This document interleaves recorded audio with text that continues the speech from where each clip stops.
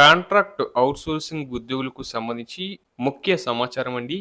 జీతాల కోసం ప్రతి నెల 20వ తేదీ వరకు ఎదురు చూసే కాంట్రాక్ట్ ఔట్‌సోర్సింగ్ ఉద్యోగులకు ఇక నుంచి 1వ తేదీనే జీతాలు చెల్లించాలని ప్రభుత్వం నిర్ణయించింది. ఈ మేరకు అన్ని ప్రభుత్వ శాఖలకు సర్క్యులర్ జారీ చేసింది. మే నెల నుంచి ఇది పక్కాగా అమలు చేయాలని, ఏప్రిల్ నెల జీతం మే 1వ తేదీలో ఖాతాల్లో వేయాలని స్పష్టం చేసింది. కాగా రాష్ట్ర వ్యాప్తంగా 4,80,000 మంది కాంట్రాక్ట్ ఔట్‌సోర్సింగ్ ఉద్యోగులు ఉన్నారు. తెలంగాణ ప్రభుత్వం రాష్ట్రంలోని లక్షలాది మంది కాంట్రాక్ట్ మరియు ఔట్‌సోర్సింగ్ ఉద్యోగుల సంక్షేమం దిశగా చారిత్రాత్మక నిర్ణయం తీసుకుంది.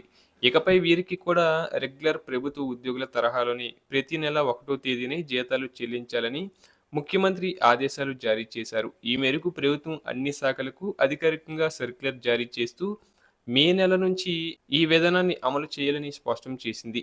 ఏప్రిల్ నెల జీతాన్ని మే 1వ తేదీనే నేరుగా ఉద్యోగుల ఖాతాలో జమ చేయాలని ప్రభుత్వం ఆదేశించడం జరిగింది. ఇక రాష్ట్ర వ్యాప్తంగా సుమారు 4,80,000 మంది వరకు కాంట్రాక్ట్ ఔట్‌సోర్సింగ్ ఉద్యోగులు విభిన్న విభాగాల్లో పనిచేస్తున్నారు. ఇప్పటివరకు ఏజెన్సీల ప్రీమియం కారణంగా వీరికి జీతాలు ఎప్పుడు వస్తాయో తెలియని పరిస్థితి ఉండేది.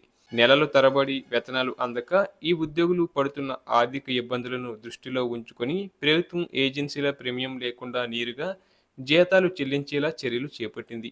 ఇందుకోసం ప్రతి నెల 25వ తేదీలోపు ఉద్యోగులు హాజరు వివరాలను సమర్పించాలని ఔట్‌సోర్సింగ్ ఏజెన్సీలకు ప్రభుత్వం స్పష్టమైన గడువు విధించింది.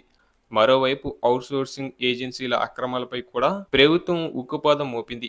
గత 10 ఏళ్లుగా కొన్ని ఏజెన్సీలు ఉద్యోగుల ఈపీఎఫ్, ఈఎస్ఐ వాటాలను స్వాహా చేస్తున్నాయని ప్రభుత్వ విచారణలో తేలింది. ఈ బకాయిలను వెంటనే చెల్లించకపోతే సదరు ఏజెన్సీలను బ్లాక్ లిస్టులో పెడతామని ప్రభుత్వం హెచ్చరించింది. అలాగే ఏజెన్సీల వేధింపులకు అడ్డుకట్ట వేసేందుకు తెలంగాణ ఔట్‌సోర్సింగ్ కార్పొరేషన్ ఏర్పాటుకు కూడా ప్రభుత్వం కసరత్తు వేగవంతం చేసింది.